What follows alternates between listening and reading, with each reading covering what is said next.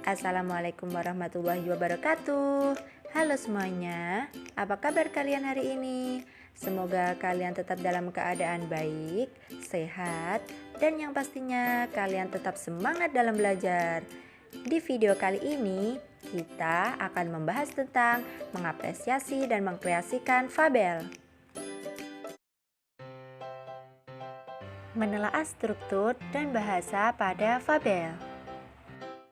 Kompetensi dasar menelaah struktur dan kebahasaan pada fabel yaitu 3.12 menelaah struktur dan kebahasaan fabel atau legenda daerah setempat yang dibaca dan didengar.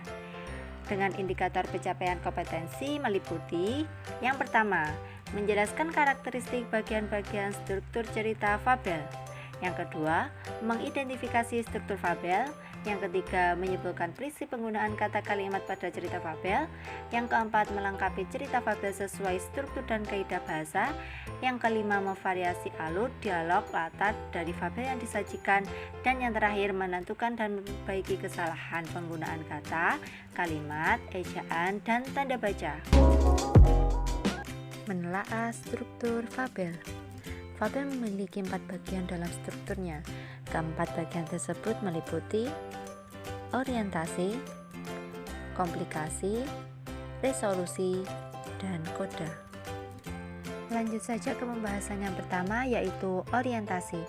Orientasi merupakan bagian awal dari suatu cerita yang berisi pengenalan tokoh, latar tempat, dan waktu. Yang kedua yaitu komplikasi. Komplikasi berisi konflik atau permasalahan antara satu dengan tokoh yang lain. Komplikasi menuju klimaks. Klimaks adalah tahap di mana puncak konflik terjadi mengenai nasib beberapa tokohnya. Klimaks merupakan bagian yang besar dan mendebarkan. Bagian struktur yang ketiga yaitu resolusi. Resolusi merupakan bagian fabel yang berisi pemecahan masalah. Yang keempat, koda. Koda adalah bagian terakhir fabel yang berisi perubahan yang terjadi pada tokoh dan pelajaran yang dapat dipetik dari cerita tersebut. Berikut ini merupakan salah satu contoh bagian-bagian struktur fabel pada sebuah fabel yang berjudul Seekor Rubah dan Seekor Kucing. Ciri isi dalam struktur fabel.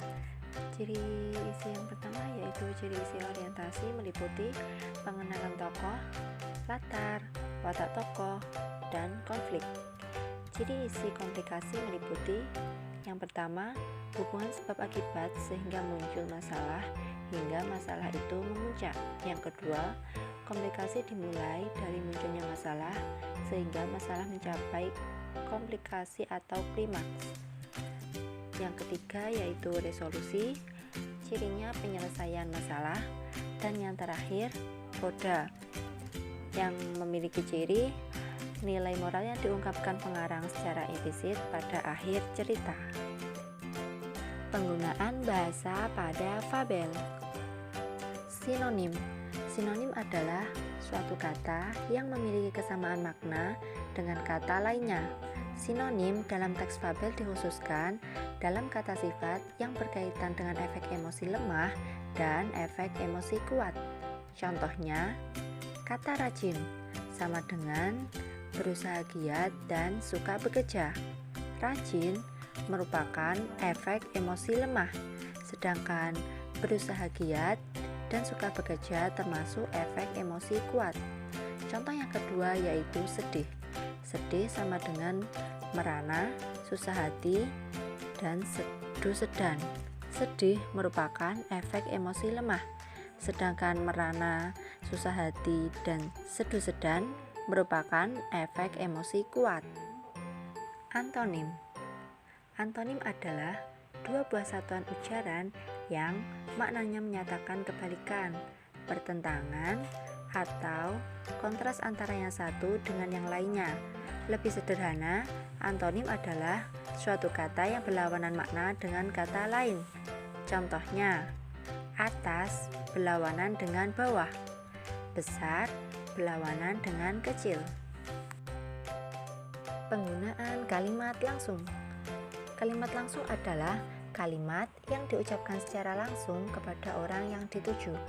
Kalimat langsung ditandai dengan pemakaian tanda petik. Ciri-ciri kalimat langsung yaitu yang pertama, menggunakan tanda petik. Yang kedua, intonasi tinggi untuk kalimat tanya, datar untuk kalimat berita, dan tanda seru untuk intonasi berita. Yang ketiga, kata ganti orang pertama dan kedua. Adapun beberapa cara penulisan kalimat langsung yang tepat dan benar adalah yang pertama, bagian kalimat langsung diapit oleh tanda petik 2, bukan petik 1.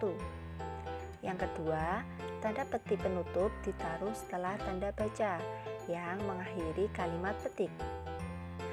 Kedua contoh tersebut merupakan cara penulisan kalimat langsung yang tepat dan benar.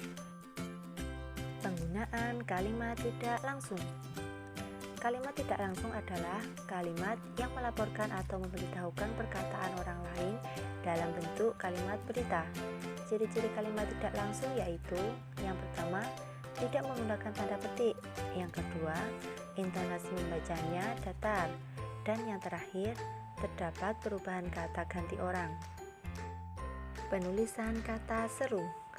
Tanda koma dipakai untuk memisahkan kata seru seperti oh, ya, wah, aduh, kasihan dari kata yang lain yang terdapat di dalam kalimat. Contohnya, oh, begitu. Wah, bukan main. Hati-hati ya, nanti jatuh. Penggunaan kata sandang, si, dan sang. Kata sandang merupakan sejenis kata penentu atau pembatas yang letaknya di depan kata benda atau kata sifat. Kata sandang tidak mempunyai makna tersendiri. Makna atau arti kata sandang bergabung dengan kata yang berada di belakangnya. Kata sandang yang masih dipakai dalam bahasa Indonesia, misalnya si dan sang. Walaupun kata sandang tidak mempunyai arti dan tidak dapat berdiri sendiri, kata sandang memiliki fungsi penting menentukan makna dalam kalimat. Penggunaan kata depan. Dalam teks cerita fabel biasanya juga digunakan kata keterangan tempat dan kata keterangan waktu yang dirangkai dengan kata depan.